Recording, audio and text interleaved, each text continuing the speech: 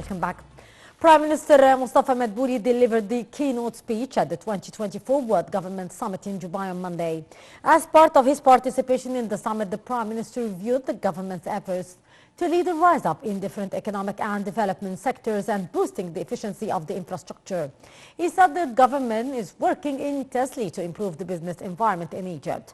The Prime Minister's participation in the summit, which runs into the 14th of February, comes upon an invitation from the UAE's Vice President and Prime Minister Sheikh Mohammed bin Rashid Al Maktoum. And on the sidelines of his participation in the World Government Summit in Dubai, Prime Minister Mustafa Madbouli met Dubai ruler Emirati Prime Minister Mohammed bin Rashid Al Maktoum, who showed his appreciation to President Abdel Fattah al-Sisi and hailed the brotherly relations between the two countries. Prime Minister Madbouli also held a meeting with Serbian counterpart Ana Brnabic. Earlier, Madbouli met the International Monetary Fund IMF Managing Director and the World Bank President and Emirati Minister of Industry and Advanced Technology. More details in the following report.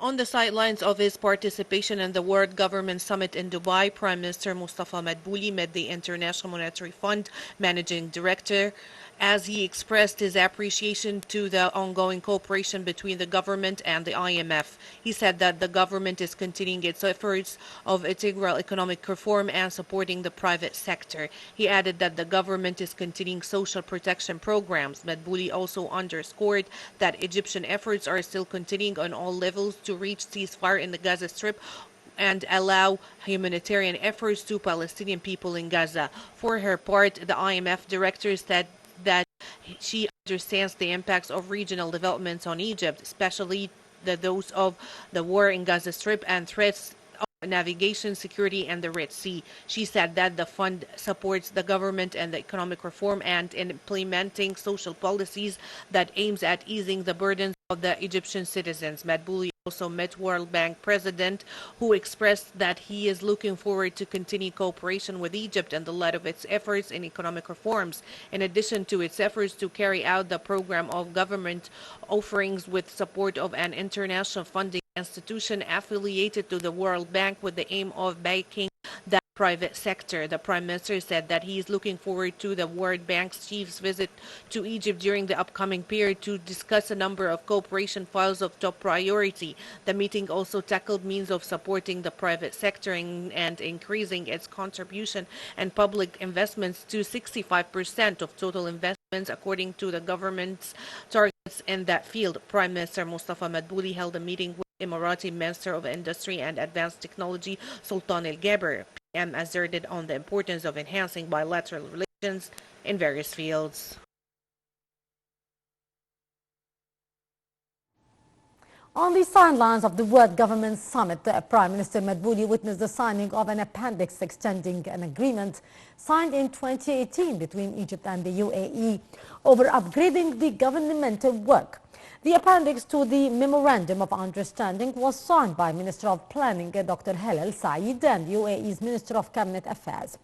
The extension of the agreement will be till 2026 and is made in light of its success in boosting industrial, institutional capabilities and improving governance.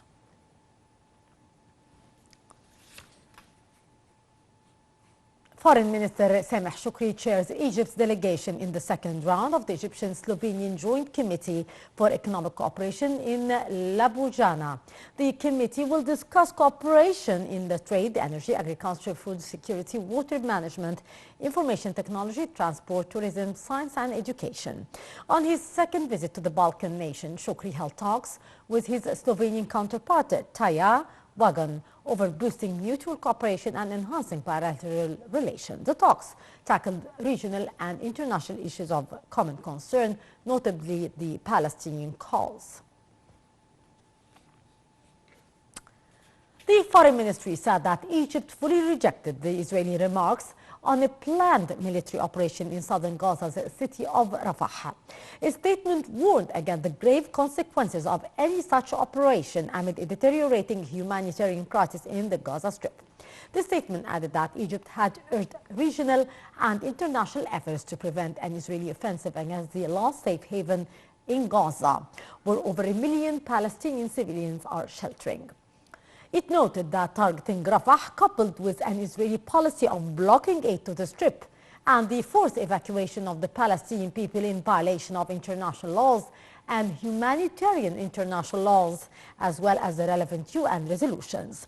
Egypt asserted that it will continue contacts to reach an immediate ceasefire in Gaza and to broker a truce for an exchange of detainees and hostages. On the ground, at least 67 Palestinians were killed by the Israeli airstrikes at multiple homes in the Palestinian city of Rafah overnight and into Monday, as the aggression in the Gaza Strip dragged into the fifth month. According to the health ministry in Gaza, the death toll in Rafah is expected to rise